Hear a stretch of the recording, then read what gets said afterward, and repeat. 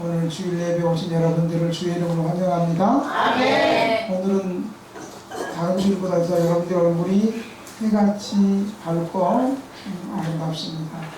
우리 새로운 결과 한번 인사 한번 해볼까요? 당신의 얼굴을 보니 주님의 얼굴을 보는 것입니다. 시작. 안 따라오는 사람이 한 명 있습니다. 한 명은 뭐예요? 당신의 얼굴을 보니 그 다음 뒷말은 안 하겠습니다. 다시 한 번만 더. 당신의 얼굴을 보니 주님의 얼굴을 보는 것 같습니다. 시작. 당신의 얼굴을 보니 주님의 얼굴을 보는 것 같습니다. 아멘. 오늘 아침부터 그렇게 보여요. 아멘. 오늘은 무슨 주일이에요? 일단 주일이에요. 오늘은 주일이 가장 중요하고요. 특별히 주일에 오늘은 어버이 주일로 저희 교회가 지킵니다. 아마 일반 교회는 첫 주가 어린이 주일일 거예요. 근데 우리는 주일학교가 없어가지고 우리 오늘 저 어린이가 또 앉았어요. 갑자기 세은이 아까 막 목사님 보고 찬양도 이렇게 하고 손도 들고 그랬는데 세은이가 있습니다. 저희는 주일 학생들이 없어서 그래서 첫째 주를 어버이 주일로 교회가 지키기로 하고 오늘 어버이 주일에 특별한 주일이라 저희가 출장 뷔페도 불렀고 그리고 교회가 또 선물도 준비를 했습니다. 근데 사실 제가 지금은 이제는 말할 수 있다. 개척하고 10년 정도는 참 구정 명절, 추석 명절, 특히 5월 가정의 달이 되면 참 목사가 설교하기가 힘들었고 가슴이 애랬습니다. 왜냐하면 저희 교회 오시는 성도님들이 다 인생의 풍파와 파도를 겪어서 가정이 해체되고 혼자 이렇게 쪽방에서 생활하시고 또 거리에서 노숙을 하니까 어버이날 이 목사가 이 어버이날 설교하기가 굉장히 마음에 힘이 들었습니다. 그런데 하나님께서 가정이 해체됐든 쪽방에 살든 노숙하든 일단 믿음으로 주님께 붙어 있으니까 주님께서 은혜를 주셔서 아멘. 주님께서 생명의 은혜를 부어주셔서 아멘. 우리 성도들 가운데 가정이 또 회복되어 가지고 가족들과 연락되지 않았던 가족들과 연락하고 오랫동안 떨어져 있던 사람들을 또 가족 찾기도 하고 물론 또 우리 교회가 재판을 통해서 찾아주기도 하고 그렇게 하면서 저희 교회 보니까 명절 되고 또 올 가정에 되면 가족들끼리 모여서 식사하는 그런 가정들도 좀 생기고 그렇게 해서 마음이 얼마나 흐뭇한지 모르겠습니다. 예수 믿으면 이렇게 변화의 역사가 있다는 사실을 여러분 믿으시기 바랍니다. 그래서 제가 이제 5월달이 오거나 명절이 와도 저는 이제 외롭지 않습니다. 캔디처럼 울지 않습니다. 이제. 저는 외롭지 않고 이제 오히려 구정되고 우리가 명절에 고향으로 갈 수 없는 사람들을 위해서 우리 교회가 청국장치 구정 부흥회를 추석 부흥회를 와서 은혜 채고 말고 많이 먹는 사람은 아멘도 안 하고 하여간 그렇게 하고 또 5월이 되면 이제 정말로 가정을 회복한 분들도 감사하고 우리가 이제 예수 믿고 나서 진정한 가정이 이 땅에서 피로써 혈육으로 만들어진 가정이 진정한 가정이 아니고 진정한 가정은 천국에서 만날 믿음으로 고백하는 우리 등대교회 공동체 예수를 구주로 믿는 우리가 주님 다시 재림하실 때 믿음의 새로운 가족을 주님 다시 헤쳐모야 할 건데 우리가 바로 영원한 믿음의 가족이라는 사실을 여러분 믿으시기 바랍니다. 그래서 저는 이제 5월 가정의 날이 돼도 이제 그때는 눈물도 나고 슬프기도 하고 그랬는데 물론 지금은 눈물이 나면 이제 어떤 해안의 눈물이 아니라 기쁨의 눈물, 감사의 눈물, 감격의 눈물. 여러분 어떤 사람이 행복한 사람인 줄 아세요? 어떤 사람이 불행한 사람인 줄 아세요? 불행한 사람은요, 자신의 일 때문에 자신의 억울한 일로 신세 한탄의 눈물을 흘린 사람이 불행한 사람이에요. 그러나 어떤 사람이 행복한 사람인 줄 아세요? 어떤 사람이 나 때문에 오는 것이 아니라 다른 사람 때문에 아파하고 다른 사람 때문에 기뻐해서 우는 눈물이 행복한 인생인 줄 믿으시기 바랍니다. 아멘. 우리 성도들은 과거에 나를 위해서 울었지만 이제는 주님 말씀하신 대로 너와 내 자녀를 위해서 울라 그랬고 그랬는데 이제는 우리 성도들 다른 사람들을 위해서 같이 울고 웃는 저희들이 예수 안에서 복된 인생인 줄 믿으시기 바랍니다. 아멘. 그런 의미에서 다시 한번 인사 한번 합니다. 당신의 얼굴을 보니 주님의 얼굴을 뵙는 것 같습니다. 정말 이거 할 때 믿음으로 옆 사람을 싹 보면서 지금 하지 말고 지금 하지 말고 할 때 해서 할 때. 그리고 옆 사람을 보면서 스며서 한번 웃어주세요. 방긋 웃으면서 당신의 얼굴을 보니 주님의 얼굴을 보는 것 같습니다. 이쁜 얼굴 좀 마스크도 벗고 이때만 한번 해보세요. 시작! 당신의 얼굴을 보니 주님의 얼굴을 보는 것 같습니다. 아멘. 그렇게 믿는 사람은 아멘. 나는 절대 그렇게 못 믿어. 노멘. 노멘은 아멘 하잖아. 할렐루야. 그래서 오늘은 기쁜 마음으로 즐거운 마음으로 오늘 본문을 통해서 사도 바울이 에베소서를 통해서 내 부모를 공경하라 라고 말한 의미가 무엇인가, 에베소서 전체의 그림 속에서 내 부모를 공경하라는 의미가 무엇인가 함께 은혜받는 시간을 갖도록 하겠습니다. 에베소서 후반부에는 성도들, 주님의 구원의 은혜를 받은 사람들에게 두 가지로 믿는 자의 합당한 삶을 열거한 다음에 고상한 믿음의 성도의 삶 두 가지를 요구하고자 합니다. 첫째가 에베소서 하면 여러분 좋아하잖아요. 성령 충만한 삶을 하죠.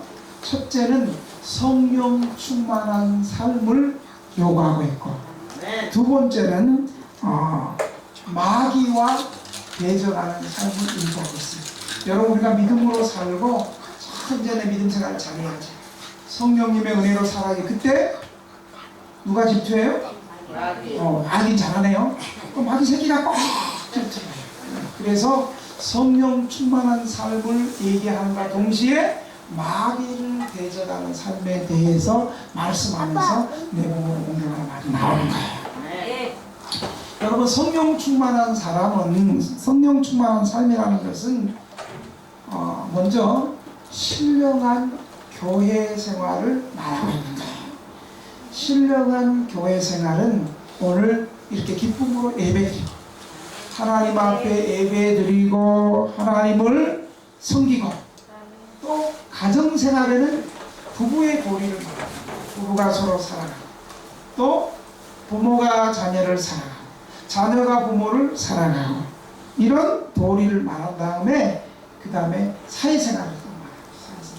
사회생활은 2000년 전의 언어로 얘기한다면 상전과 종의 도리에 대해서 말하고 있어요. 상전. 지금으로 말하면 상전, 사용주가 되겠죠. 그 다음에 근로자, 사용주와 근로자, 직원들, CEO와 직원들의 도리를 말하고 있고요. 그 다음에 그 중에서 가장 기본이고 중심이 바로 가정생활에서 부모의 도리예요.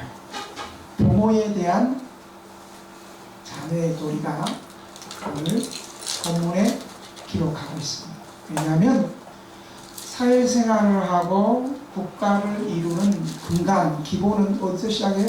가정에서 시작합니다. 그래서 가정천국이 지상천국인 거예요.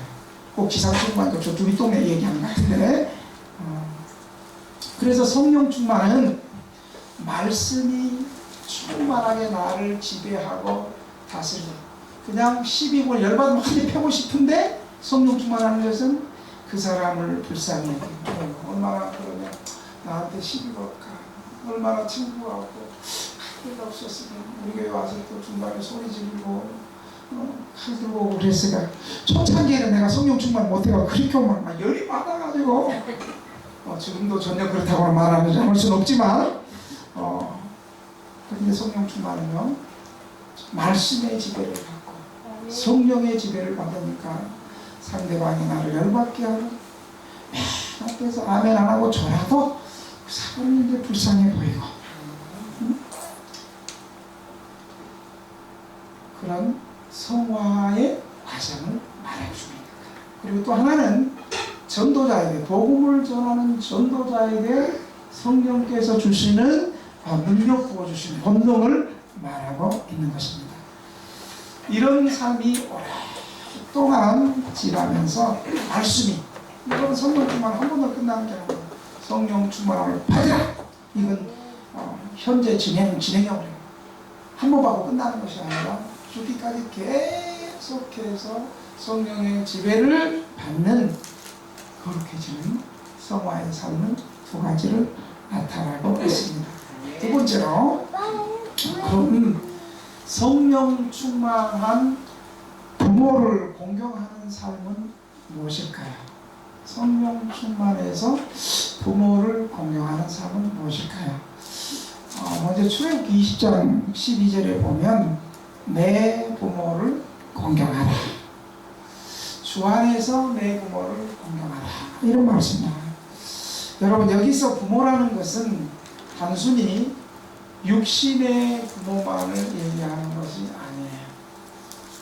육신의 부모만을 얘기하는 것이 아니라 부모를 포함해서 하나님이 주신 정당한 권위를 가진 모든 사람들을 말하는 겁니다. 왜냐하면 하나님께서는 부모뿐 아니라 다른 권위를 가진 자들도 이 땅에 두셨기 때문입니다.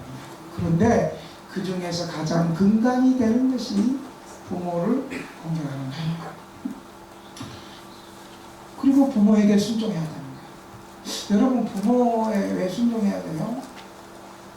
철없을 때는 왜 부모에게 순종해야 돼요? 그러니까 어떻게 되세요? 부모에 해준 게 뭐가 있어요? 흙수저, 흙수저인데 금수저도 아니고 해준 게 뭐가 있어요? 보이스카우트 안 시켜주고 걸스카우트 안 시켜주고 또 뭐예요? 보이스카우트, 걸스카우트 또 뭐 있는 것도 비슷한 게 또 뭐 있죠? 아이씨와 옛날에 또 뭐 있어요? 또 하여간 뭐 여러분 좋은 시절 살았습니다. 네. 여러분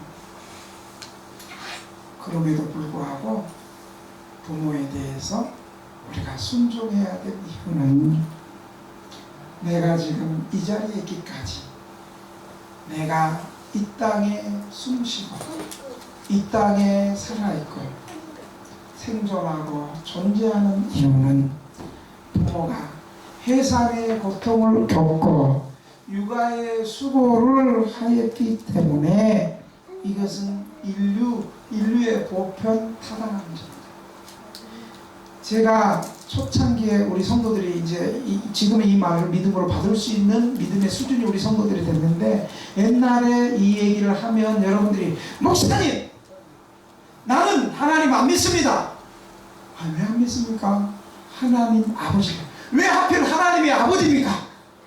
우리 아버지는 술만 처먹고 죄송합니다. 이또 내가 또 옛날에 18년 된 또 언어가 나오는데 우리 아버지는 술만 먹으면 그냥 와가지고 우리 엄마 패고 우리 패고 칼 들고 와가지고 우리 아버지가 술 먹고 노래 소리만 들으면 동밥 밖으로 도망다니기 일쑤였고 엄마가 조금 돈 좀 마련한 거 있으면 그거 그냥 뺏어가지고 바로 노름판에 또 사회 경제를 위해서 동네 경제를 위해서 노름판으로 갖다 주고 그런 아버지를 내가 어떻게 살아갑니까?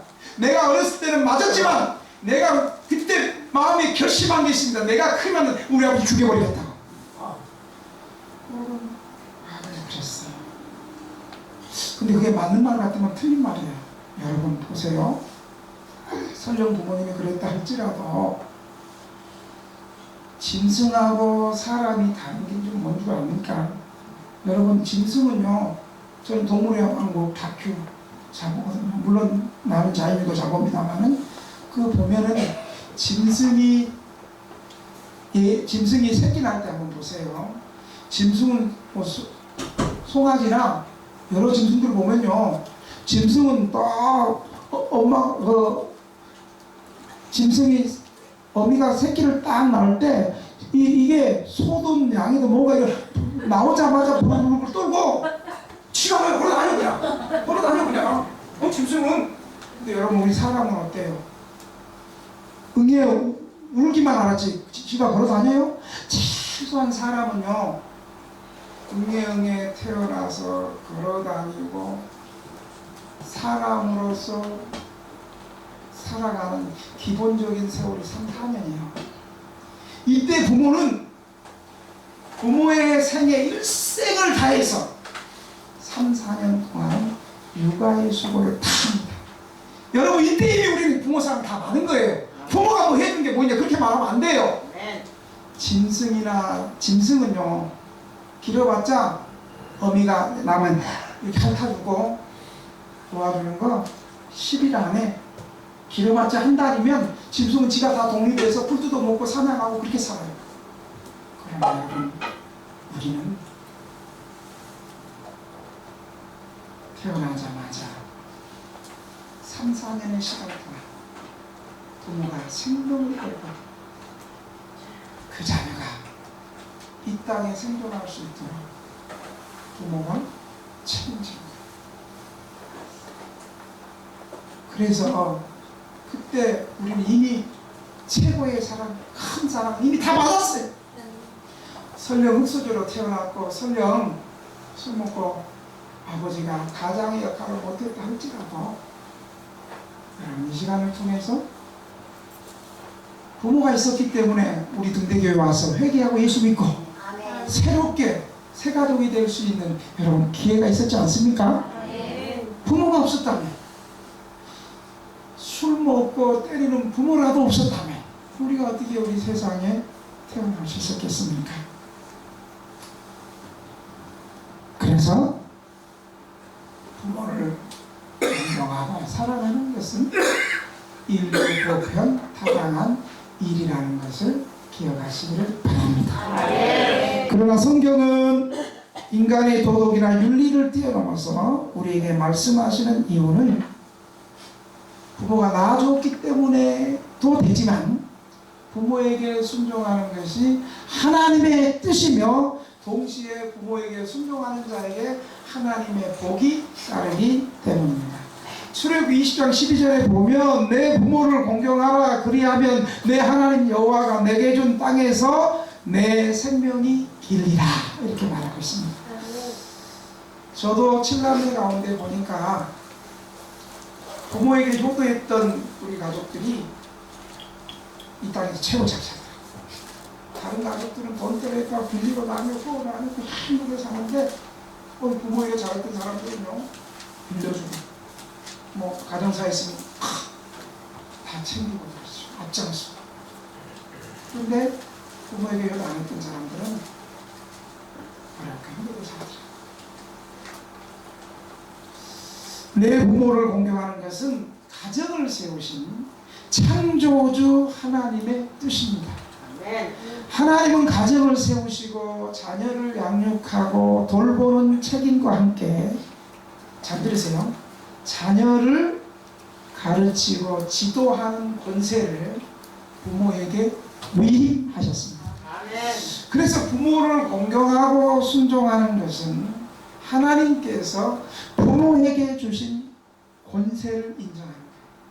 부모님 인정하는 것은, 보이는 부모님 인정하고 순종하고 사랑하는 것은 보이지 않는 하나님 사랑하고 순종하는 거예요. 이것은 하나님의 창조 질서에 순종하고 인정하는 거예요. 여러분, 부모를 존중할 줄 아는 자녀만이 학교 선생님의 권위에도 순종하고 사회에서 직장 상사의 말씀도 순종하고 국가 법에 대한 권위에 순종하고 더 나아가서 하나님의 권위에 쉽게 복종할 수 있습니다. 그래서 이 부모님의 사랑을 잘 받지 못한 사람들이 보면 직장 상사에게도 학교 선생님에게도 국가에 대해서도 정당한 권위에 대해서 반박하고 저항을 많이 하는 것입니다.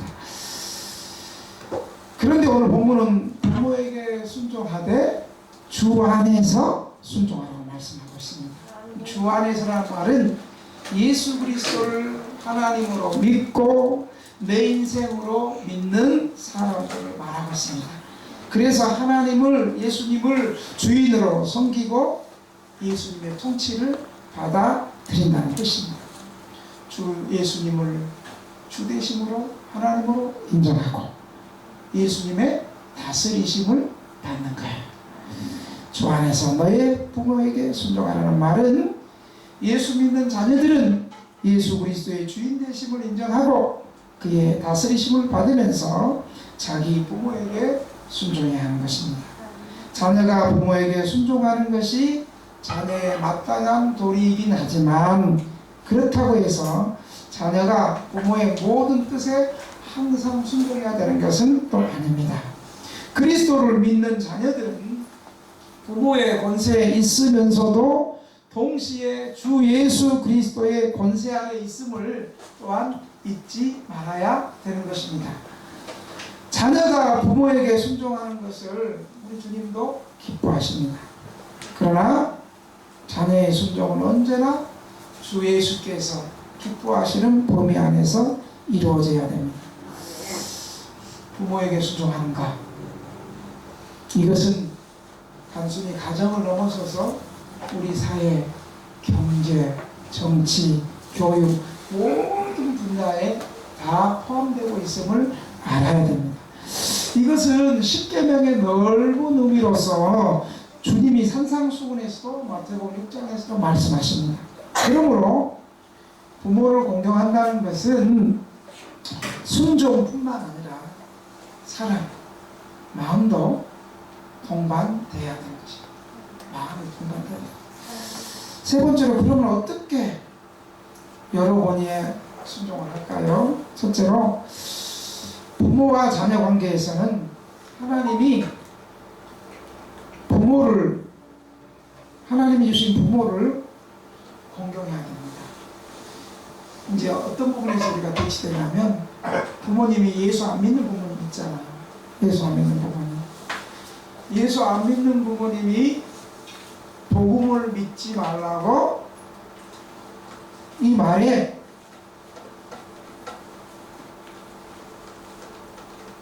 우리는 막 화를 내고 그렇게 해서는 안 되고 그럴 때는 부모님의 말에 불순종한 이유를 온유하게 겸손하게 그렇게 얘기해야 합니다.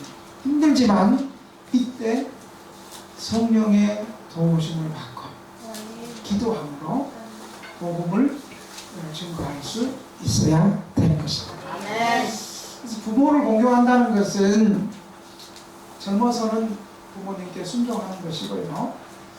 그리고 우리가 좀 자라서는 부모님에게 늘 관심을 줘야 돼요. 그리고 부모님 늙을 때는 어때요?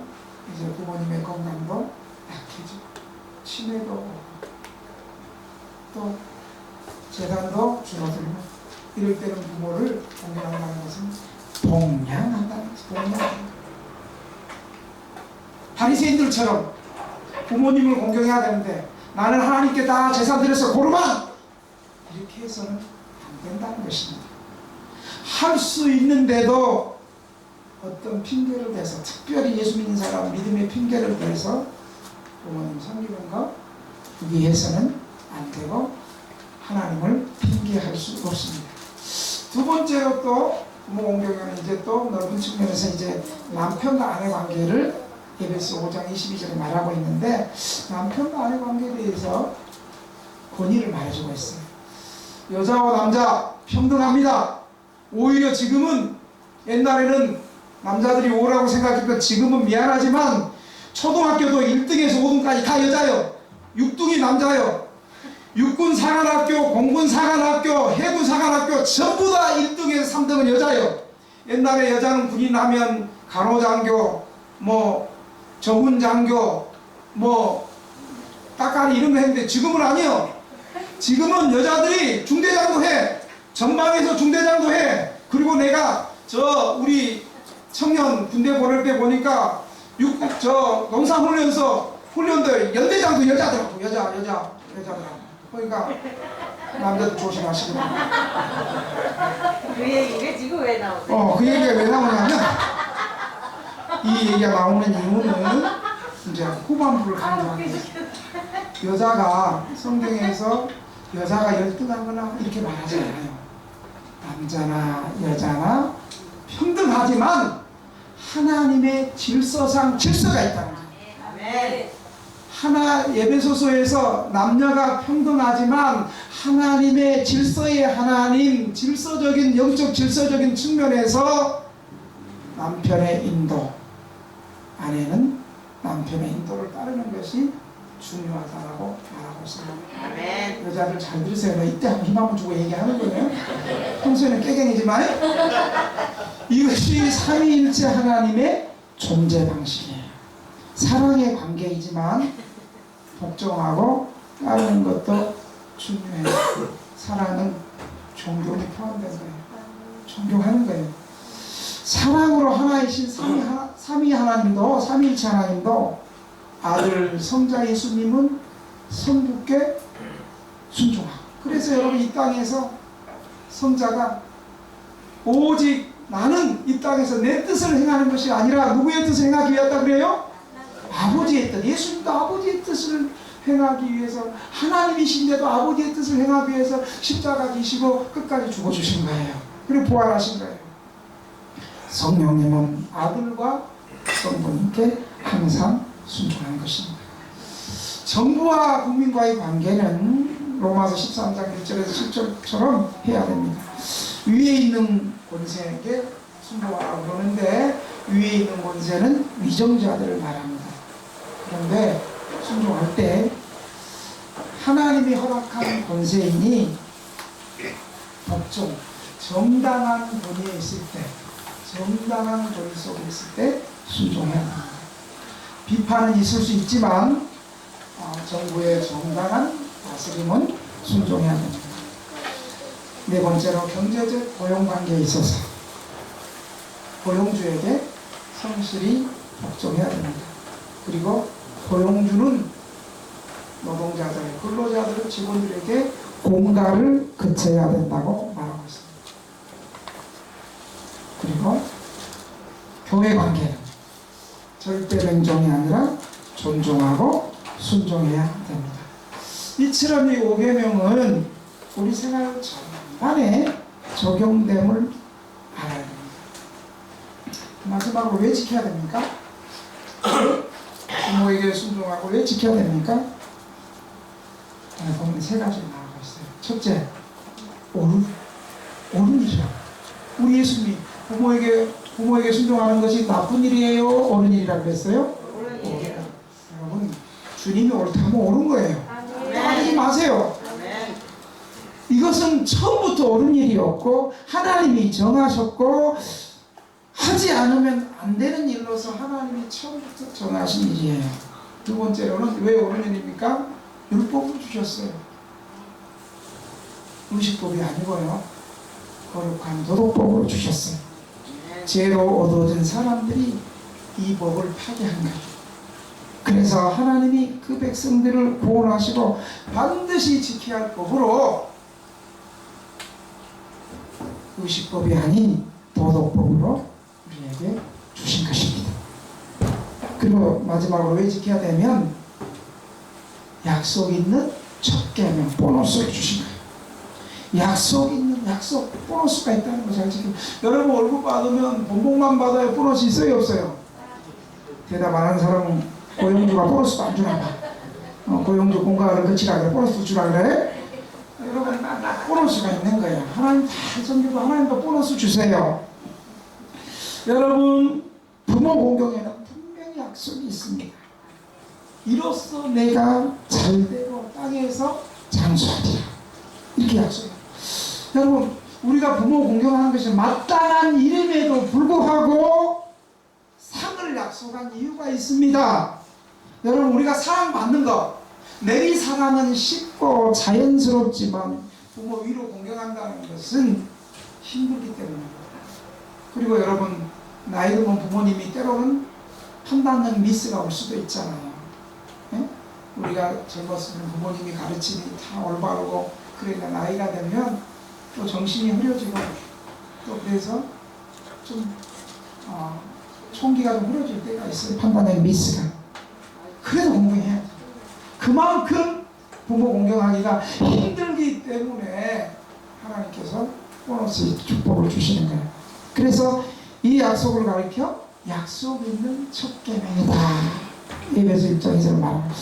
여러분 여기서 첫 계명이라는 걸 이해를 잘해야 되는데 첫 계명이라는 것은 첫째라기보다는 계명의 중요성에 있어서 으뜸되는 우선되는 첫 계명입니다. 내 부모를 공경하기 5계명이 순서상으로는 5계명이지만 사람과 사람 사이에 주신 중요한 근간이 되는 중요한 계명이라는 거예요. 여러분 모든 계명이 다 중요하지요. 하지만 부모 공경의 계명은 하나님과 사람의 관계, 사람과 사람과의 관계에 가장 기초가 되는 근본이에요.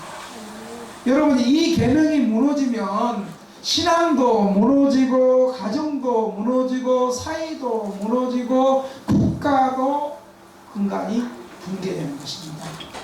신약 성경은 그래서 이 약속에 대해서 그렇게 하는 것이 내가 잘되고 땅에서 장수하리라 그렇게 덧붙이고 있는 거예요. 하나님께서 이 계명을 지키는 사람을 이처럼 귀중히 여기시고 기뻐하신다는 거예요. 이 땅에 사는 동안 하나님의 은혜와 복을 누리고 참된 생명을 누리는 것은 부모를 공경하는 길입니다. 여러분 생각해 보십시오. 부모를 공경하는 것들이 뭔 짓을 못하겠어요. 부모 공경 못하는 것들이 살인도 하지요. 도둑질은 기본이지요. 속이는 거 기본이지요.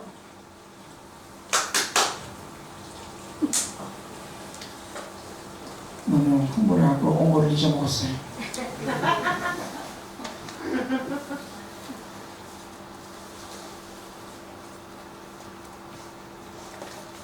부모 거역하는 사람들이 못할 게 뭐 있겠어요? 뭐가 두렵겠어요? 못할 일이 뭐 있겠어요? 살인하고 간음하고 도둑질하고 거짓말하고 너무 쉽습니다. 인간 사회의 존속의 필수 요소가 권위에 대한 순종의 질서입니다.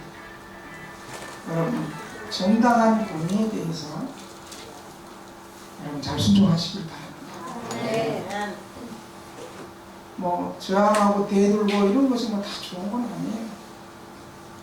그것도 그걸 자랑이라고 또 말해서도 안 되는 거예요.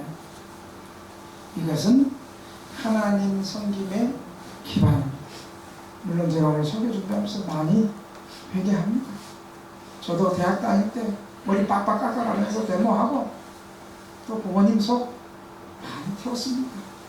고3, 고3에서 고2에서 고3 올라가는 본방학 때 한 일주일 가출해가지고 참 못할 게 많이 했습니다. 그래서 저는 우리 자녀가 힘들게 하고 우리 성도들이 예매기는 업보다 하면서 내가 한 짓이 있으니까 당연하지 그렇게 생각합니다. 계속 예매기도 좋습니다. 내가 한 짓이 있는데 내가 뭘 어떻게 하겠어. 그렇지 않습니다. 제 값을 치러야죠. 이게 오늘 복음적인 설교인지 잘 모르겠는데 오늘 설교가 좀 그래서 이 땅에서 사람들에게 잘되고 장수를 약속하셨습니다. 그리고요 부모 공경하는 것이 왜 옳다고 하냐면 마지막으로요. 주님이 온전히 지키셨습니다. 아멘. 그래서 주님도 공생에 사시기 전에 사생활을 사실 때도 부모님께 순종하고, 여러분 생각해 보세요. 예수님이 메시아예요. 구원자로 오셨어. 공적으로 복음 전하기 전까지 부모님에게 순종했어요. 여러분 예수님 안 답답했겠어요? 신이신데, 하나님이신데 한 가정에 아들로 오셔가지고 부족한 부모님, 연약한 부모님, 재성이 많은 부모님을 예수님도 순종하셨어요. 그리고 공생애를 다 마치고 십자가에서 예수님께서 가장 똑똑한, 베드로 사도님이 들으면 조금 서운할 수 있는데, 요한복음을 기록하고 요한 1서, 2서, 3서, 요한계시록을 기록했던 위대한 사도, 가장 똑똑하고 의리를 지킬 만한 사도 요한에게 십자가에서 보라, 내 어머니다. 내 어머니를 대신 대신 공경해 주세요.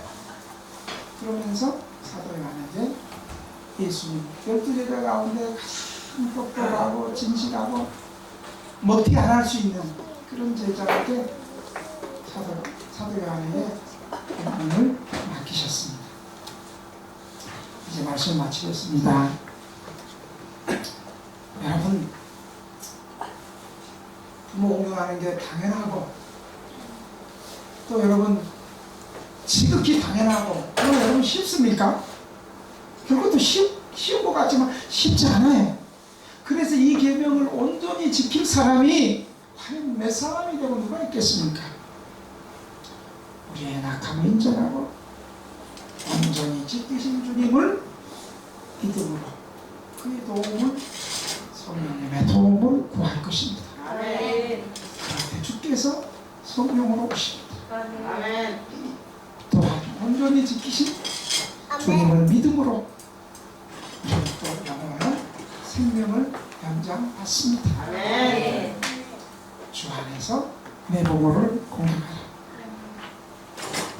그런데 이 말씀을 들을 때 부모님이 살아계신 분들은 오늘 설교 내용대로 그렇게 하면 되겠지만, 부모를 잃어버린 대다수의 우리 성도들은 어떻게 효도해야 되겠습니까?